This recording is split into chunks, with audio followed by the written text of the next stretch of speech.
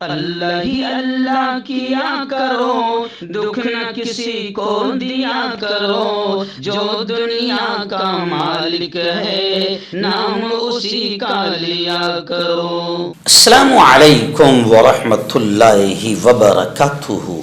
नाज़रीन, इस्तकबाल है, स्वागत है आपका viral news live studio Jalgaon Maharashtra India में। मैं आपका मेज़बान मुफ्ती मोहम्मद हारून नदवी। आइए प्यारे मुल्क भारत की बहुत ही ख़ास बड़ी 10 अहम खबरों पर नज़र डालते हैं।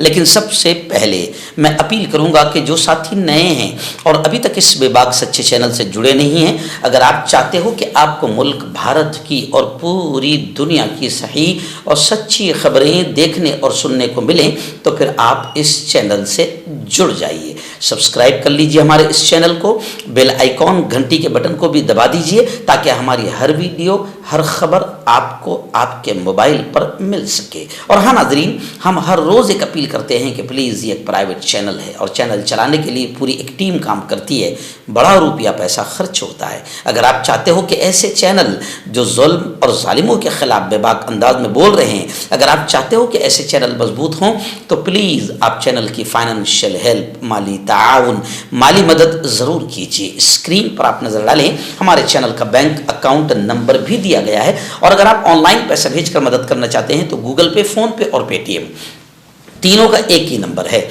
9637541786। अल्लाह ने जो भी आपको ताकत दी है उस एतबार से हर दिन या हफ्ते या महीने में एक बार ही सही 200, 500, 1000 जो भी आप चैनल की मदद कर सकते हैं, मदद कीजिए, चैनल को मजबूत कीजिए, हमारा साथ दीजिए। आइए नाज़रीन, पहली बड़ी खबर आ रही है महाराष्ट्र के सियासी हालात को लेकर। जी हाँ, गुज़िश्ता कल आखिरी दिन था फॉर्म वापस लेने का। महाराष्ट्र में कागजात नामजदगी वापस लेने की आखिरी तारीख गुज़िश्ता कल ख़त्म हो गई और बड़ी खबर है कि 288 सीटों के लिए 8272 उम्मीदवार अब मैदान में हैं। वहीं पर मैं आपको बताऊं कि जो बागी है, बगावत करने वाले हैं, उनको लेकर भी बड़ी खबर आ रही है कि इन बागियों ने महाराष्ट्र में महायुति को भी बड़ा परेशान कर दिया और इन्होंने महाविकास अघाड़ी को भी बड़ा परेशान कर दिया।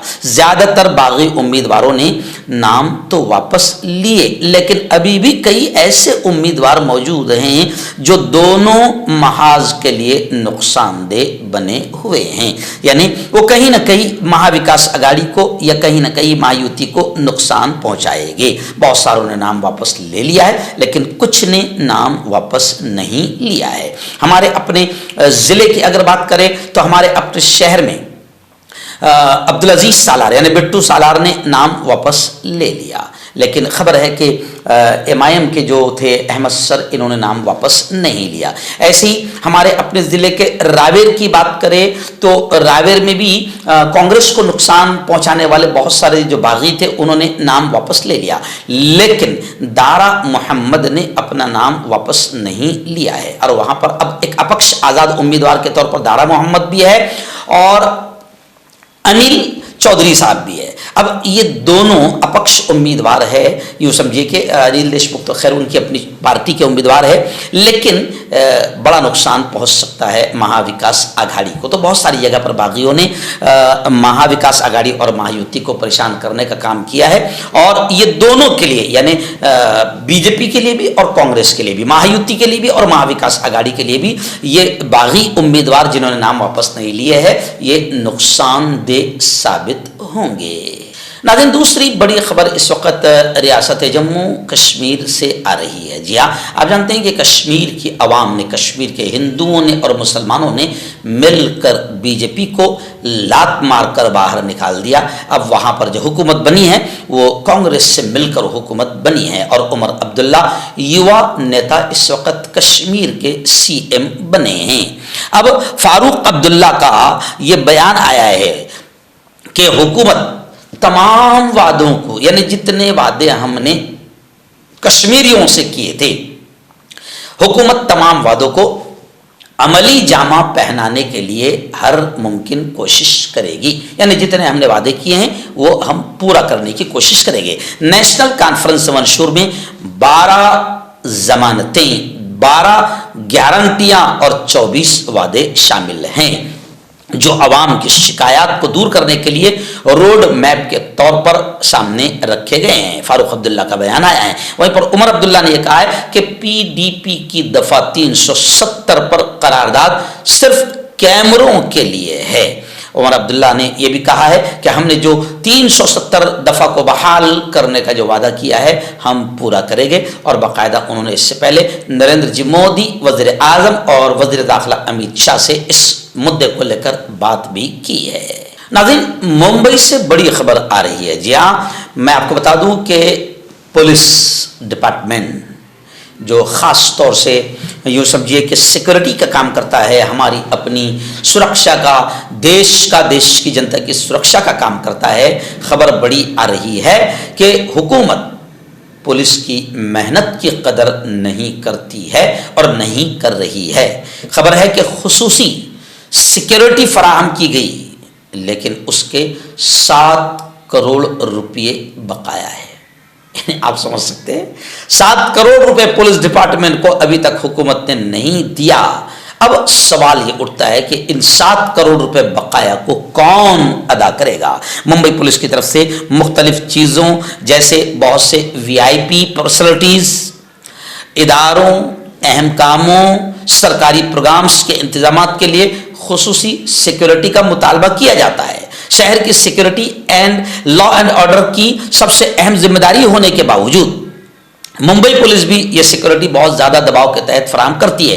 ताहम एक चौंका देने वाली हकीकत सामने आई है कि मुंबई पुलिस डिपार्टमेंट को हुकूमत से ही अपनी मेहनत का कोई बदला नहीं मिल रहा है। इस सिलसिले में इंकशाफ इंडियन एक्सप्रेस की जानिब से दायर करदा हक मालूमात यानी आईटी की दरखास्त के जरिए सामने आया है। यानी आप समझ सकते हैं कि हुकूमत की बदमाशी देखिए आप कि जब सुरक्षा कर्मियों को, सुरक्षा देने वाले लोगों को अगर वो उनकी मेहनत का नजराना नहीं देंगे, कीमत नहीं देंगे, तो आप सोचिए कि हुकूमत आम जनता का क्या हाल कर रही होगी और आम जनता को क्या हक दे रही होगी।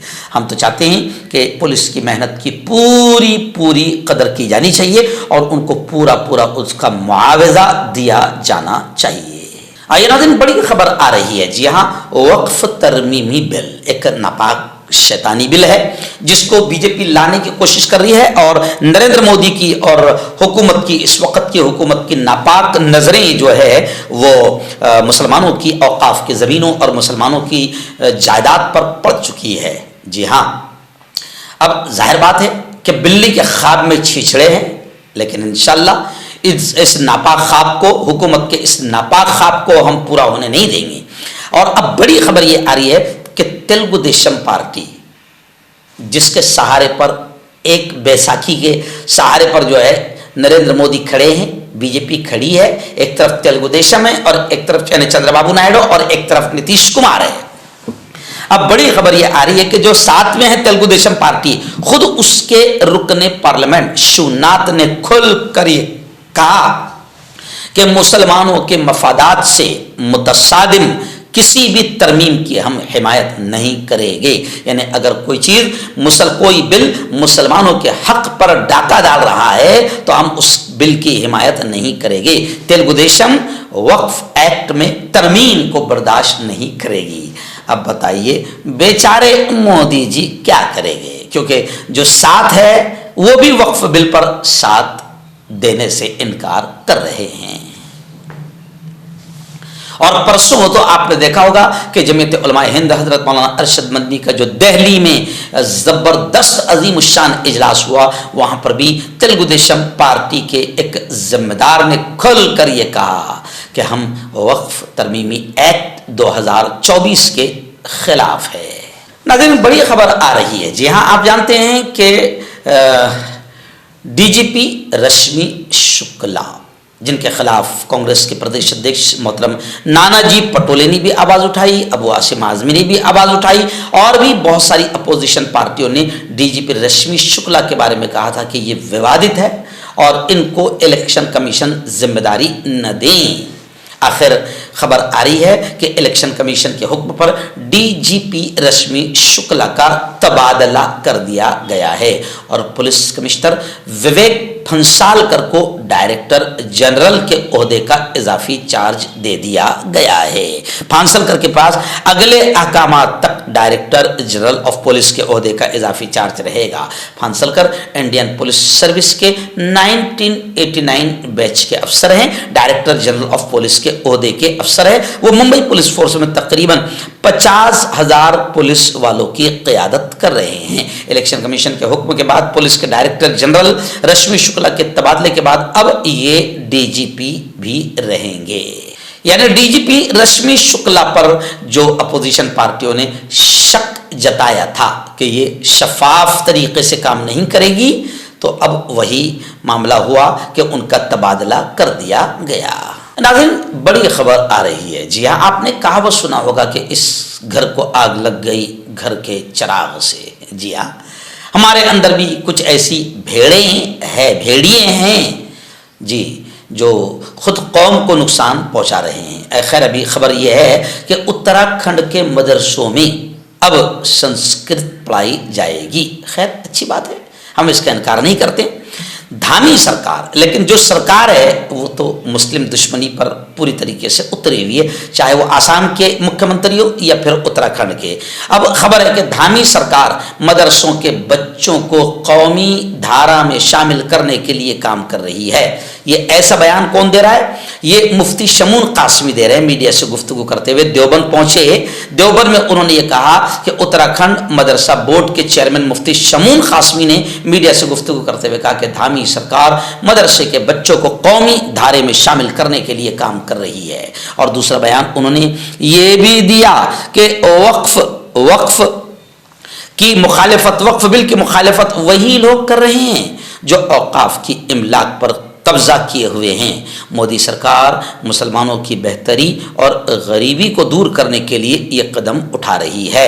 देवबंद पहुंचे मुफ्ती शमून कासमी ने सरकारी गेस्ट हाउस पर मकामी अखबार नवीसों से गुफ्तगू करते हुए ये बातें कही। उन्होंने दारुल देवबंद और सरजमीन देवबंद की तारीफ करते हुए कहा कि देवबंद एक ऐसी जगह है जो इंसानी तरक्की का मरकज़ है। उन्होंने कहा कि इल्म के दौर में लाइल्मी बढ़ रही है, जिसके सबब दूरियां पैदा हो रही है। उन्होंने कहा कि मोदी हुकूमत का सबका साथ, सबका विकास और सबका विश्वास का नारा लोगों के घरों तक पहुंच रहा है। यानी आप उनके इस बयान से समझ सकते हैं कि मुफ्ती शमून कासमी साहब कौन हैं और किसकी गोद में बैठे हैं। नाज़रीन, उत्तराखंड की एक बड़ी खबर इस वक्त मेरी निगाहों के सामने है कि अल्मोड़ा में भयानक हादसा हुआ, दर्दनाक हादसा। एक बस, मुसाफिर बस खाई में गिर गई, जिसमें 36 अफराद की मरने की खबरें हैं। उत्तराखंड के अल्मोड़ा में यह हादसा पेश आया। तकरीबन 40 मुसाफिरों से भरी बस गहरी खाई में गिर गई, जिसमें अब तक 36 लोगों की मौत हो चुकी है।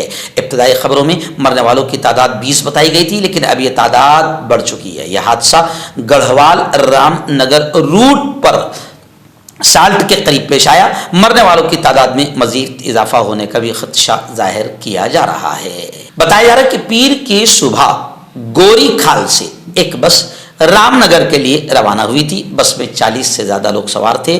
साल्ट के कोपी के पास ड्राइवर ने बस पर से अपना काबू खो दिया, जिसके बाद देखते ही देखते बस गहरी खाई में जा गिरी। बस के गिरते ही लोगों की चीखो पुकार शुरू हो गई। नाज़रीन, बड़ी खबर आ रही है रियासत बेंगलोर, कर्नाटका से बेंगलोर से खबर आ रही है कि बेंगलोर में all India Muslim personal law board का 29वां इजलास आम हुआ है। और आज जो मुल्क के मौजूदा हालात हैं और क़वानीन शरीयत और शायर इस्लामी को जो ख़तरात लाहिक हैं, इससे पेशतर कभी नहीं रहे। इसलिए बेंगलोर का ये इजलास इंतहाई अहम है। मैं आपको बताऊं कि अल्हम्दुलिल्लाह जमीयत उलमाए हिंद हो, जो हमारे अकाबरीन की कदीम जमात है, या all India Muslim personal law board हो, तमाम अकाबरीन, हमारे तमाम बड़े उलमा मैदान में उतर चुके हैं और मुल्क के हालात को देखते हुए बाकायदा उम्मत की रहबरी कर रहे हैं और जालिम हुकूमत की आंखों में आंखें डालकर बात कर रहे हैं। बेंगलोर में मुनक्किद होने वाले all India Muslim personal law board के 29वें इजलास आम की तफसील और दीगर ज़रूरी बातों के ऐलान के सिलसिले में गुज़िश्ता कल दारुल उलूम सबीलुर रिशाद बेंगलोर में मजलिस इस्तक़बालिया बराए इजलास आम की जानिब से एक अहम प्रेस कॉन्फ्रेंस मुनक़्क़िद की गई थी, जिसमें हज़रत मौलाना फजलुर रहीम मुजद्दिदी जनरल सेक्रेटरी बोर्ड और हज़रत मौलाना मोहम्मद उमरैन महफूज रहमानी साहब सेक्रेटरी बोर्ड ने खिताब किया। इस मौके पर मजलिस इस्तक़बालिया के चंद अहम अफराद और अमायदीन शहर बड़ी तादाद में मौजूद थे। इस वफ़द ने बाकायदा मीडिया को बताया कि इस वक्त मुल्क में क्या हालात है और मौजूदा सत्ताधारी हुकूमत किस तरीके से शरीयत में दखल अंदाजी कर रही है और शरीयत के साथ साथ किस तरीके से मौजूदा हुकूमत जुल्म सितम के पहाड़ मुसलमानों पर, माइनॉरिटीज़ पर तोड़ रही है। इन तमाम चीज़ों का बड़े खुलकर जिक्र किया गया और वक्फ तरमीमी बिल 2024 इसको भी लेकर बात रखी गई। नाज़रीन, बड़ी खबर आ रही है। जी हाँ, आप जानते हैं कि अब इतवार के दिन दिवाली ख़त्म हो चुकी है और महाराष्ट्र में असेंबली इलेक्शन के प्रचार और प्रसार की मुहिम तेज़ हो चुकी है। लेकिन आप प्रचार और प्रसार में बहुत सारी चीज़ें होती है, गलत चीज़ें, लेकिन एक इंतहाई घटिया और नीच हरकत हुई है प्रचार और प्रसार के दौरान। जी हाँ, महायुति के एक उम्मीदवार ने, जिसका नाम एकनाथ शिंदे के उम्मीदवार है, मंगेश कुडलकर या ऐसे कुछ तो भी नाम है, इनके प्रचार और प्रसार के लिए रैली में बाकायदा बेहुदा डांस वो किया गया, औरतों को नचाया गया, जिसको लेकर वीडियो भी वायरल हुआ है। और शिवसेना उद्धव ठाकरे की पार्टी ने इस डांस पर बेहुदा रक्स का इल्ज़ाम लगाया है और ख़ुद इस वाक़े का वीडियो शिवसेना उद्धव ठाकरे की पार्टी ने पोस्ट किया है। और गुज़िश्ता कल मैंने खुद देखा कि राज ठाकरे ने भी एकनाथ शिंदे की इस प्रचार सभा में उनके भाषण से पहले ये जो लड़की को नचाया गया और बेहुदा नंगा डांस किया गया, इसको लेकर बाकायदा खुद राज ठाकरे ने भी कल ज़बरदस्त अंदाज में टिप्पणी की है। यानी आप सोच सकते हैं कि प्रचार और प्रसार जो है वो किस नंगेपन और किस बेहूदगी की तरफ जा रहा है। आपने देखा होगा कि इससे पहले यूपी और बिहार में बाकायदा नेताओं के आने से पहले स्टेजों पर डांस होता, गाने होते, ये सब सारी चीज़ें, लेकिन ये महाराष्ट्र में एकनाथ शिंदे की प्रचार सभा में पहली बार ऐसा हुआ है, जिसकी वजह से लोग काफ़ी गुस्से में कमेंट करते हुए नजर आ रहे हैं। और इस बेहुदा डांस को लेकर उद्धव ठाकरे की शिवसेना पार्टी ने बाकायदा सख्त तनकीद की है। आइए नाज़रीन, बड़ी खबर आ रही है। आप जानते हैं कि महाराष्ट्र के साथ साथ रियासत झारखंड में भी इलेक्शन है। अब कांग्रेस को झारखंड और महाराष्ट्र में जीत का भरोसा है। इंडिया अलायंस महाविकास अघाड़ी को झारखंड में भी और महाराष्ट्र में भी जीत का पक्का भरोसा है। लेकिन जयराम रमेश, जो कांग्रेस के सीनियर लीडर है और जनरल सेक्रेटरी है जयराम रमेश, उन्होंने कहा कि जीत का भरोसा तो है, लेकिन हरियाणा में जो बीजेपी ने साजिश की, ऐसी साजिश से मुहतात रहना होगा, अलर्ट रहना होगा। क्योंकि बीजेपी क्या कर रही है कि कुछ ऐसी साजिशें कर रही है जिसके बाद रिजल्ट कुछ अलग ही आ रहा है। अरे भाई, हरियाणा में लोगों ने बीजेपी के उम्मीदवारों को गलियों में घुसने तक नहीं दिया, मार रहे थे लोग। अब जब लोग मार रहे थे तो फिर बीजेपी जीत कैसे गई?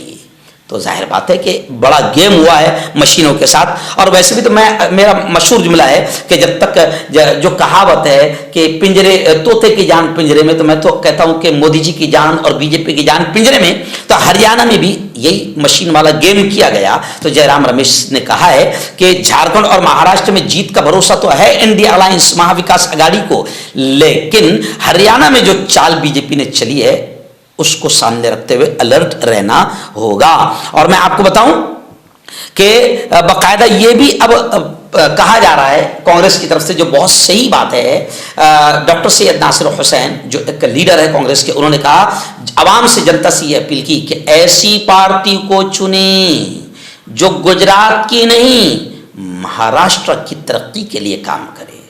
क्योंकि महाराष्ट्र को खत्म किया जा रहा है। बीजेपी जो है, महायुति सरकार जो है, वो रियासत के बड़े बड़े, महाराष्ट्र रियासत के स्टेट के बड़े बड़े प्रोजेक्ट जो है वो गुजरात के ठेकेदारों को दे रही है, बल्कि दे दिया है। जैसे Tata airbase, Vedanta Foxconn, diamond industries, ऐसे कई बड़े बड़े प्रोजेक्ट है जो महाराष्ट्र से उठाकर बीजेपी ने गुजरात को दे दिया है। तो आपको महाराष्ट्र की तरक्की चाहिए, महाराष्ट्र का विकास चाहिए ना, तो फिर आपको बीजेपी को नहीं चुनना होगा, क्योंकि बीजेपी सिर्फ गुजरात का भला कर रही है। क्योंकि बड़े दोनों नेता बीजेपी के कहां के हैं? गुजरात के। नरेंद्र मोदी गुजरात, अमित शाह गुजरात, भला भी किसका हो रहा है? गुजरात। महाराष्ट्र का सारा माल और सारे प्रोजेक्ट उठाकर ले जाए जा रहे हैं गुजरात। इसलिए महाराष्ट्रियों को बहुत सोच समझकर काम करना होगा।